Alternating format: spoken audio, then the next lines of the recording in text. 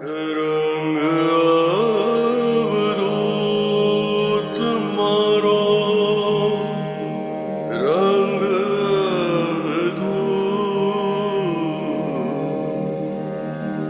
નારેશ્વરનો નાથ મારો, રંગ અવધૂત.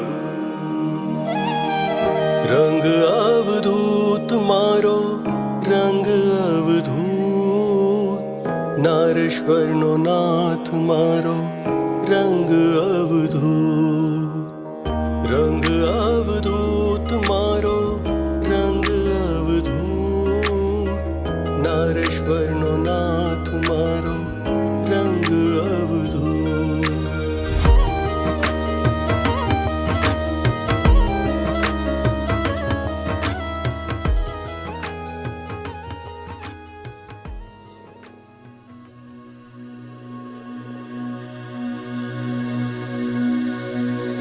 આવી ગયા નારેશ્વરે ભક્તો દ્વારણ કાજ, નૌતમ લીલા નિત કરે નારેશ્વરના રાજ. અવધૂતજી જે જે સ્થાને જતા તે સ્થાનના દેવને તેઓ માન આપતા. પૌરમાં બળિયા દેવના ચરણે શ્રીફળ મૂકી વંદન કરી સદગુરુદેવ નારેશ્વર પાછા આવ્યા. આ બળિયાદેવ કોણ હતા અને એમના મંદિર કઈ રીતે સ્થપાયા એ પણ એક સુંદર કથા છે. આ કથા ગુરુ ભક્તિ અને બલિદાનની ગાથા છે. આ કથા મહાભારત અને સ્કંદ પુરાણમાં મહર્ષિ વ્યાસે લખી છે.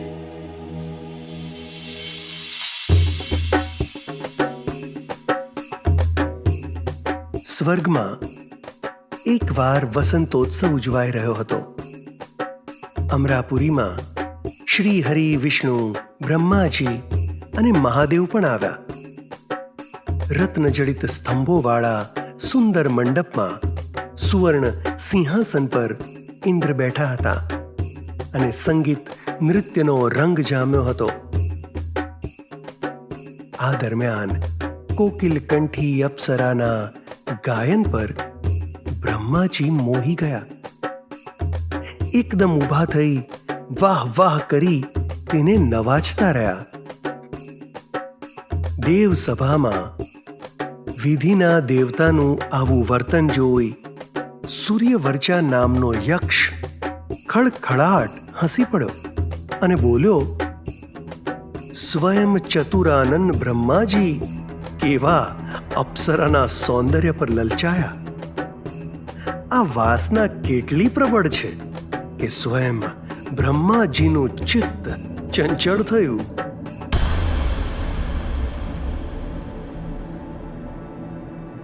આમ કહી તે જોર જોરથી હસતો રહ્યો. દેવસભામાં સન્નાટો છવાયો. બ્રહ્માજી અતિશય ક્રોધે ભરાયા. દુષ્ટ, દેવેન્દ્રની સભામાં મારી હસી ઉડાવી તે આજે ભલું નથી કર્યું. દેવોના ધામમાં તુચ્છ મનુષ્ય જેવી વાત કરી. હું દેવોનો પિતામહ છું અને આજે બધા દેવોના વડીલનું તે અપમાન કર્યું છે. યૌવનના ગુમાનથી છકી જઈ તે એક વૃદ્ધનું ભરી સભામાં અપમાન કર્યું છે. જા, હું તને શ્રાપ આપું છું કે તું એક સામાન્ય મનુષ્ય થઈને પૃથ્વી પર માનવ સહજ દુઃખો ભોગવ. રોગ, મોત, વૃદ્ધાવસ્થા, રાગ, દ્વેષ, વિરહ, મિલન, આ બધા દુઃખ તું ભોગવશે. બ્રહ્માજીના વચન સાંભળી યક્ષને પસ્તાવો થયો. મોં પરથી તેજ ફિક્કું થયું અને આંખોમાંથી આંસુની ધાર વહે. પસ્તાવા સાથે તે બ્રહ્માજીને ફરી ફરી વંદન કરી રહ્યો. ક્ષમા કરો, ક્ષમા કરો મારો અપરાધ. હે જગત કરતા દેવ, હું અજ્ઞાની છું. યૌવનથી છકી ગયેલો હું આપની મહાનતાને જરાય સમજ્યો નહીં. દયા કરી મારો અપરાધ ક્ષમા કરો. આ દાસને તરછોડશો નહીં. હે દેવ, દયા કરો. આમ યક્ષ ફરી ફરી બ્રહ્માજીને પગે પડી પશ્ચાતાપ કરવા લાગ્યો. તેની પ્રાર્થના સાંભળી ચતુરાનંદને દયા આવી. તેઓ બોલ્યા, સાંભળ, મારું વચન કદીય વ્યર્થ નહીં જાય. છતાં મારા શાપમાં એક ફેરફાર કરું છું. જા, તારો જન્મ પાંડવોના કુળમાં થશે અને તારો મનુષ્ય જન્મ સફળ થશે. પ્રાણી માત્રની સેવા કરવાથી તારા સેવા કાર્યો સફળ થશે અને યુગો યુગો સુધી તારું નામ અમર રહેશે. ભલે તું મનુષ્ય હોય, પણ તારા સત્કર્મો તને કલયુગનો દેવ બનાવશે. તું દેવ બની ઠામે ઠામ પૂજાઈશ. આમ બ્રહ્માજીએ સૂર્યવર્ચાના શ્રાપનું નિવારણ કર્યું.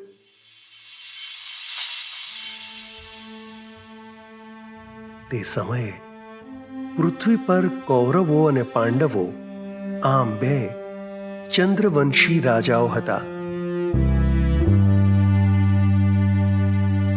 બંને જુગાર રમતા પાંડવો હાર્યા.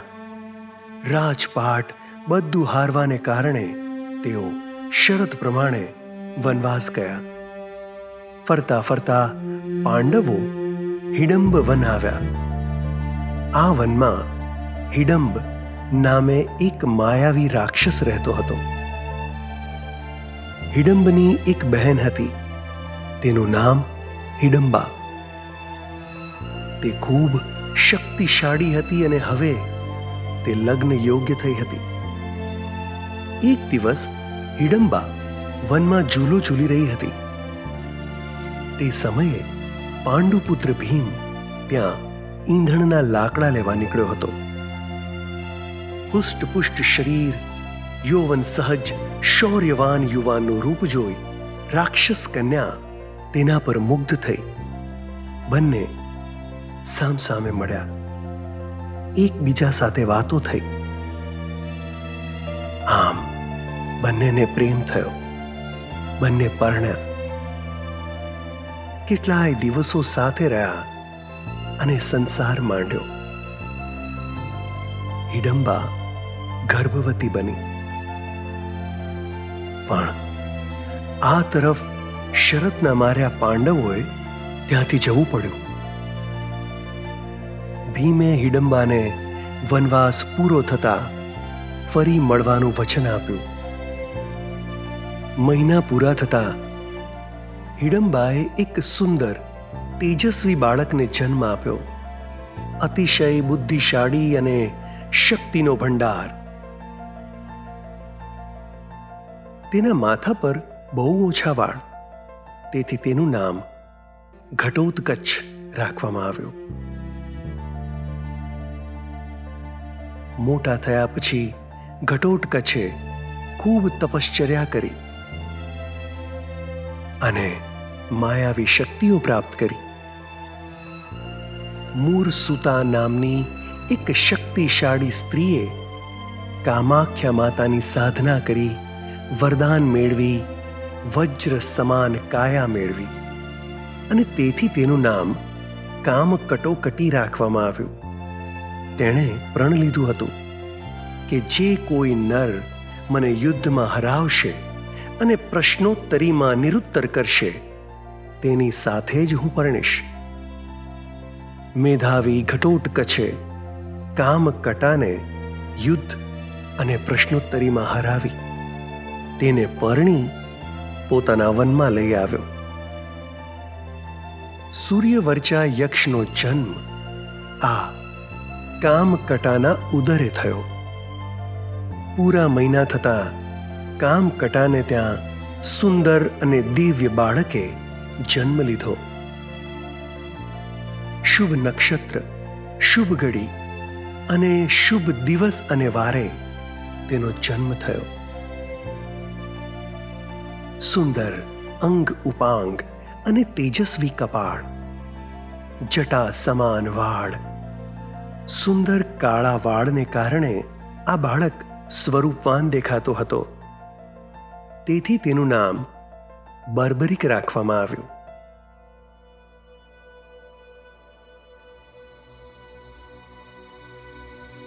દિવસો વીતતા જાય અને બર્બરિક મોટો થતો જાય. અસ્ત્ર, શસ્ત્ર અને 64 કળાની શિક્ષા લીધી. વન્ય પશુ વાઘ, સિંહને તે પોતાની શક્તિથી વશ કરતો. આવું અતુલ્ય બળ જોઈ બધા તેને બળિયો નામે પણ બોલાવતા. તે સદાય નબળાની પડખે ઊભો રહે અને દુઃખી જનોને જોઈ તેનું હૈયું દ્રવી જતું. તે ઋષિ મુનિઓને પણ ખૂબ માનતો અને તેમની સુરક્ષા કરતો. તેથી ઋષિઓએ તેમનું નામ સુરદ રાખ્યું હતું. બર્બરિકને એક સાચા સદ્ગુરુની શોધ હતી અને તેને માટે તે સ્થળે સ્થળે ભટકતો હતો. એક વખત ગુરુની શોધમાં ફરતો ફરતો તે પશ્ચિમના જંગલોમાં આવ્યો. ત્યારે શ્રી કૃષ્ણ રથે બિરાજી હસ્તિનાપુર જઈ રહ્યા હતા. બર્બરિકે દિવ્ય રથમાં બિરાજેલા દિવ્ય પુરુષને જોયા.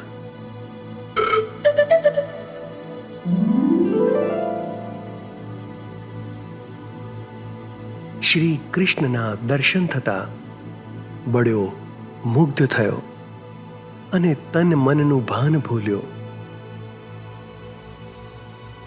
તેણે વિચાર્યું, જેના દર્શન માત્રથી તન મન અને ચિત્ત શાંત થાય, બધા વિકારો ભૂલી દિવ્યાનંદ લહેરાય, એવા પુરુષને જ પુરુષોત્તમ કહી શકાય.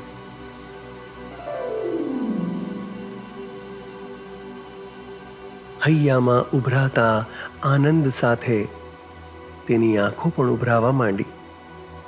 તે શ્રી કૃષ્ણ પાસે ગયો અને વંદન કરી તેમનું સુમધુર મુખડું નયન ભરી જોયું. તેમને મન ભરી જોયા પછી બંને ભાવથી ભેટી પડ્યા.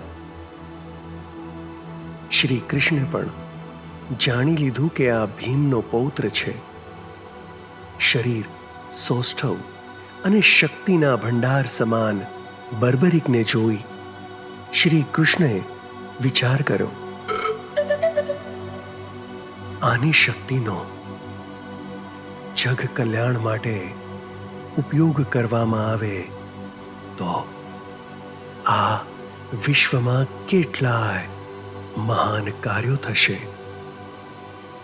ત્યાં તો બર્બરિક બોલ્યો, હે વાસુદેવ, મેં આજથી આપને મારા ગુરુ માન્યા છે. મારા હૃદય સિંહાસન પર મેં તમારી મૂરત સ્થાપી છે. હવે મને આપનો શિષ્ય બનાવી આપની શરણે લઈ લો, જેથી મારી બુદ્ધિ, શક્તિ અને ચિત્તને સર્વ કલ્યાણ માટે વાપરી શકું. હું આપનો સેવક બની જન સેવા માટે મારું જે કાંઈ છે તે ત્યાગ કરવા માટે તૈયાર છું. શ્રી કૃષ્ણએ બર્બરિકને માં નવદુર્ગાની આરાધના કરવા અને માં દુર્ગાના શરણમાં સ્થાન મેળવવાની સલાહ આપી. આમ શિષ્યને આરાધનાનો માર્ગ બતાવી યોગેશ્વરે તેના માથા પર હાથ મૂકી આશીષ આપ્યા અને કહ્યું, હું હંમેશા તારી સાથે જ છું. આમ આશીર્વાદ આપી કૃષ્ણે પોતાની યાત્રા શરૂ કરી. બર્બરિક દૂર દૂર અદૃશ્ય થતા રથને અપલક નયને જોતો રહ્યો.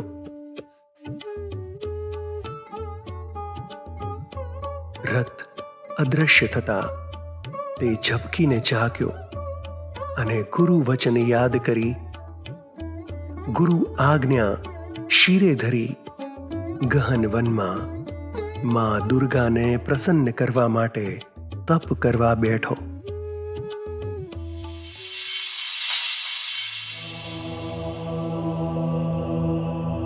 તેનું ઘોર તપ જોઈ મા દુર્ગા પ્રસન્ન થયા અને બોલ્યા, હે પાંડુકુલ નંદન, તારું તપ ધન્ય છે. ઈચ્છિત વરદાન માંગ, હું તારા પર પ્રસન્ન છું. સાક્ષાત જગદંબાને સામે ઊભા જોઈ બર્બરિકે અંતરના ભાવથી માની સ્તુતિ કરી અને વંદન કરી કહ્યું, હે મા જગદંબા, હે દૈન્યહારિણી મા, જય દુર્ગા વાગીશ્વરી, હે જગજનની, જય મહિષાસુરમર્દિની, ચંડમુંડ નાશિની, જય ચંડી, જય અંબિકા, જય જય મા શક્તિ. હું તારા શરણમાં આવ્યો છું, મને તારા શરણે રાખ. હે મા, મને અક્ષય શક્તિ આપો. આ જગતની સેવા કરવા સમજણ શક્તિ આપો. હું સર્વનું ક્ષેમ કરું અને મારી સેવા વૃત્તિથી આ અવતાર સફળ કરું. દિન દુઃખીના દુઃખ દૂર કરું. આ આખા વિશ્વની હું યુગે યુગે સેવા કરું. તેથી મારી આ કાયા અમર કરો. બર્બરિકના જનકલ્યાણના વચન સાંભળી મા પ્રસન્ન મુખડે બોલ્યા, ધન્ય છે તને બર્બરિક. ભવિષ્યમાં કલિયુગમાં અનેક રોગ થશે. ભોગના અતિરેકથી થતા રોગોમાં એક શીતલાનો રોગ સૌને ખુંવાર કરશે અને આ રોગની ઔષધિ ફક્ત તારી કૃપાથી આ રોગ મટશે.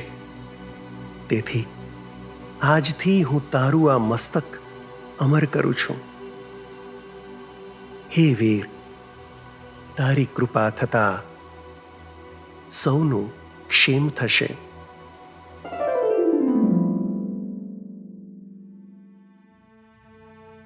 આમ વરદાન આપી મા અંતર્ધ્યાન થયા. બર્બરિક માની કૃપા મેળવી પોતાને ધામ આવ્યો. એક તરફ આ સમયે કુરુક્ષેત્રમાં મહાભારત યુદ્ધ ચાલી રહ્યું હતું. કૌરવો અને પાંડવો ભાઈ ભાઈ એકબીજા સામે બેફામ લડી રહ્યા હતા. ઘટોત્કચ પણ આ યુદ્ધમાં પિતા અને કાકાઓને સહાય કરવા ગયો હતો. બર્બરિક પણ યુદ્ધમાં જવા તૈયાર થયો. માતા ચરણે વંદન કરી તે બોલ્યો, મા, મારે યુદ્ધમાં જવું છે. મને આજ્ઞા અને આશીષ તો, જેથી યુદ્ધે જઈ હું પરાક્રમ કરી શત્રુઓને હણી લઉં. પણ કોણ કૌરવ, કોણ પાંડવ, મને કંઈ જ ખબર નથી. કોના પક્ષમાં રહી લડું અને કોને સહાય કરું? માતાએ વિચાર કર્યો કે પાંડવો પાસે વિશાળ સૈન્ય નથી, કોઈ ખાસ સાધનો પણ નથી. તેથી કદાચ પાંડવો હારી જશે અને ક્રૂર કૌરવો જીતી જશે, કારણ કે તેમની પાસે પ્રચુર સૈન્ય છે. આમ વિચારી માતા પ્રેમથી બોલ્યા, સાંભળ દીકરા, કુરુક્ષેત્રના યુદ્ધમાં જે પક્ષ હારે તે પક્ષમાં રહી તું લડજે. માના વચન બર્બરિકને બહુ ગમ્યા. તેના દિલમાં પણ એ જ ઈચ્છા હતી કે પોતે નબળાના પક્ષમાં રહી તેને મદદ કરે. પડતાને ટેકો દઈ ઊભા રહેવાનો જ તેનો ઈરાદો હતો. તે સજ્જ થયો અને શસ્ત્રો લઈ માના ચરણે વંદન કરી તરત જ નીકળ્યો. વેગથી તે યુદ્ધ ભૂમિ ઉપર આવ્યો.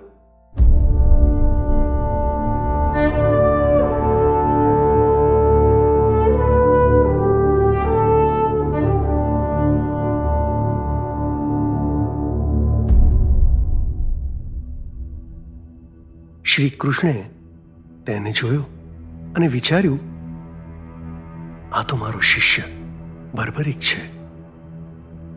મા દુર્ગાને રીઝવી તે વરદાન લઈ અહીં આવ્યો છે. લાવ જરા ચકાસી લઉં કે તે કોના પક્ષમાં લડશે. કૃષ્ણ બર્બરિક પાસે આવ્યા. તેમને જોઈ શિષ્ય બર્બરિક ખુશ થઈ દોડતો આવ્યો. વંદન કરી તેણે કહ્યું, આજનો દિવસ કેટલો ધન્ય છે. મને મારા સદગુરુના દર્શન થયા. એમ કહી તે શ્રી કૃષ્ણના ચરણોમાં પડ્યો. અહોભાવથી તેની આંખો ભરાઈ ગઈ.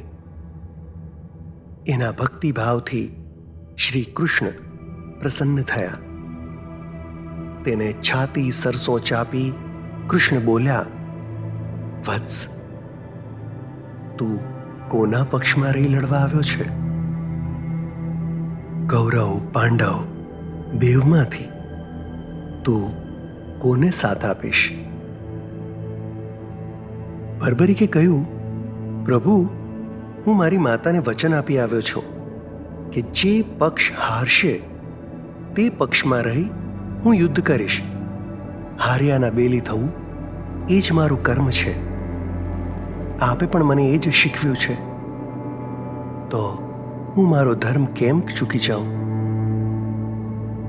કૃષ્ણે મનમાં વિચાર્યું કે કૌરવો હારશે અને બર્બરિક જો કૌરવોના પક્ષમાં રહેશે તો બધું વિપરીત થઈ જશે.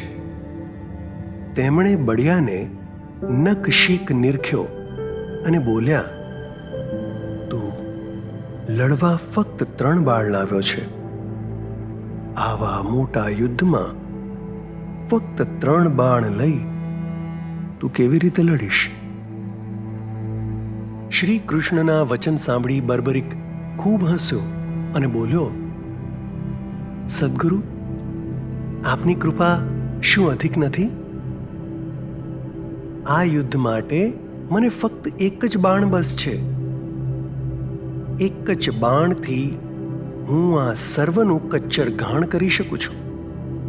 આટલું કહી બર્બરિકે 2 બાણ લઈ તેને ભાંગીને ફેંકી દીધા. આશ્ચર્ય અને આનંદથી કૃષ્ણએ પૂછ્યું, એક બાણથી તું કઈ રીતે લડીશ?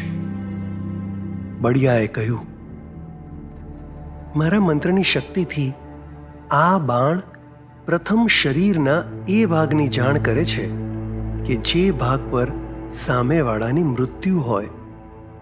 આ જાણી લીધા પછી ત્યાં જ જઈને ઘાત કરે છે. વળી આ બાણ લાખો હજારોની સંખ્યામાં થઈ શકે છે.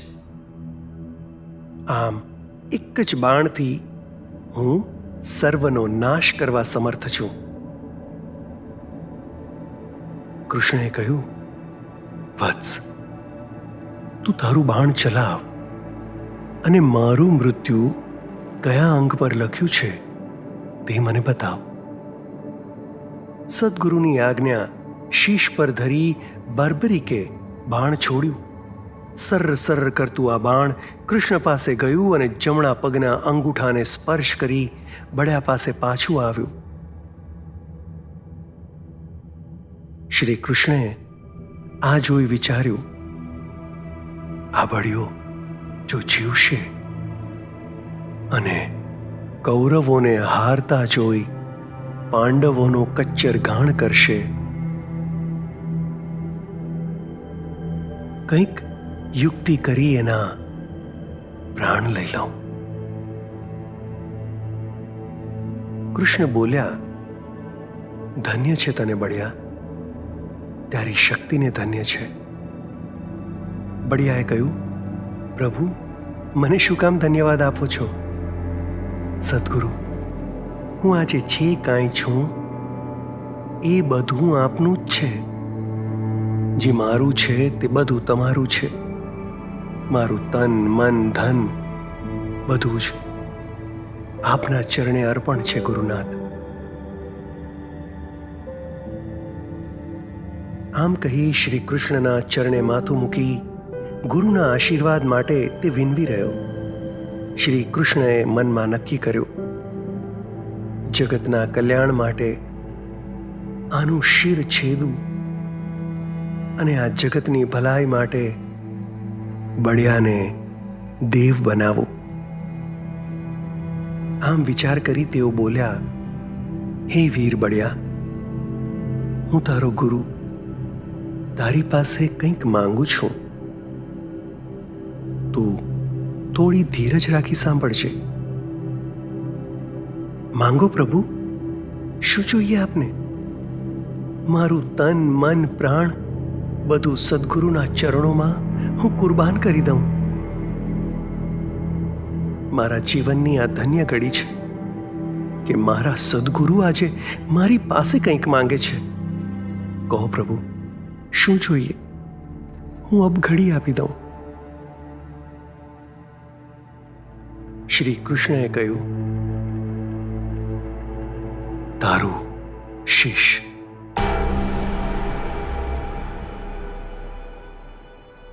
તું તારું શીશ મને આપ. અવશ્ય તું અમર ગતિને પામશે.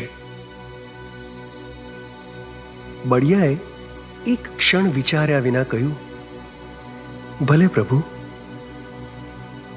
પણ આ યુદ્ધ જોવાની મારી એક આશા અધૂરી રહી જશે. ભગવાન કૃષ્ણએ કહ્યું, હે વત્સ, તું જરાય મૂંઝાઈશ નહીં. પેલી ટેકરીની ટોચ પર તારું આ અમર મસ્તક એક સ્તંભ ઉપર મૂકી દઈશ. ત્યાંથી તું આ આખું યુદ્ધ જોઈ શકીશ. બળિયો કે, પણ પ્રભુ, હાથ પગ વિના હું વિશ્વની સેવા કઈ રીતે કરી શકું? પ્રભુએ કહ્યું, તારું શેર એકલું જ આ દુનિયાની પ્રચુર સેવા કરશે. તારી દ્રષ્ટિ માત્રથી દુખિયાના દુઃખ દૂર થશે. આમ કહી શ્રી કૃષ્ણે પોતાનું સુદર્શન ફેંકી બળિયાનું મસ્તક કાપ્યું.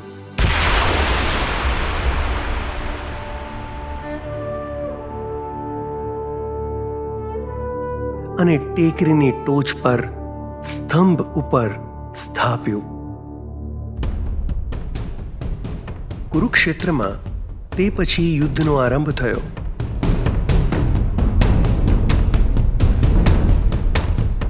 પાંડવો જીત્યા અને કૌરવો હાર્યા. ધર્મની ધજા વિજયી થઈ અને અધર્મનો નાશ થયો.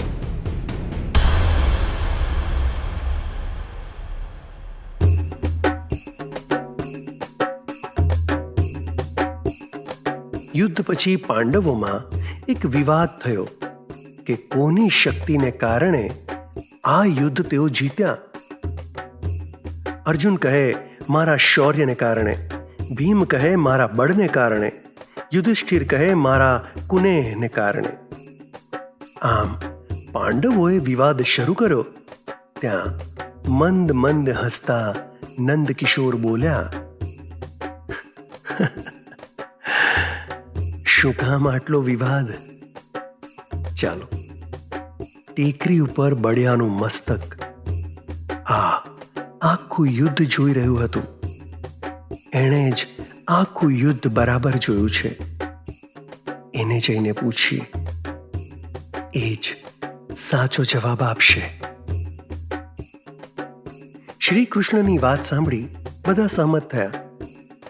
બધા બળિયા પાસે આવ્યા અને યુદ્ધ કોના બળથી જીત્યા એ વિશે પૂછ્યું.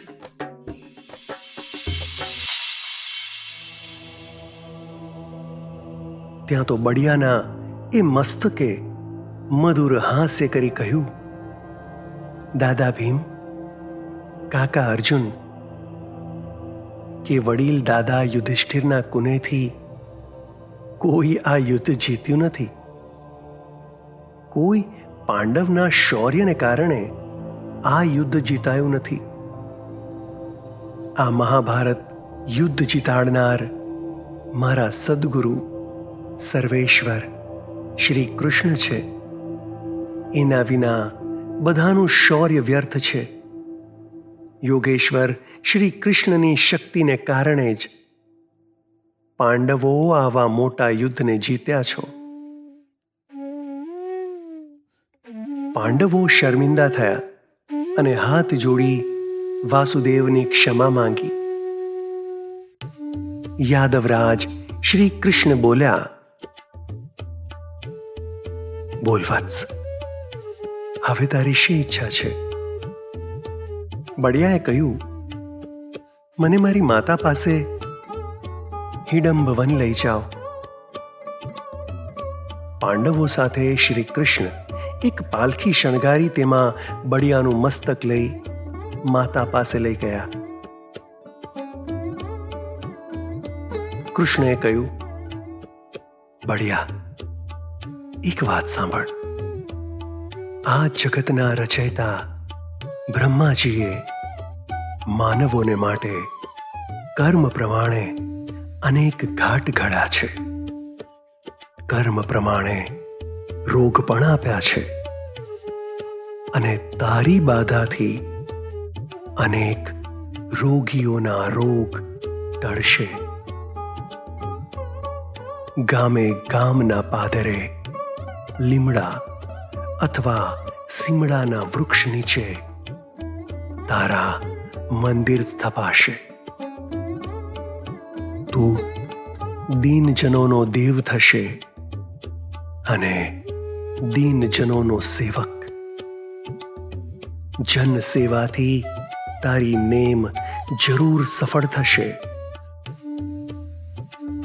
ગામે ગામના બાળ રોગનો તું નાશ કરશે. જે પણ તારા શરણે શ્રદ્ધાથી આવશે તેની આશાઓ તું પૂરી કરશે. બળિયાઓમાં તું સૌથી બળવાન છે. તારા વડે આ વિશ્વનું કલ્યાણ થશે. તને મારું વરદાન છે. આમ શ્રી કૃષ્ણ અને મા દુર્ગાના વરદાનને કારણે બર્બરિક યુગો યુગોથી પૂજાય છે.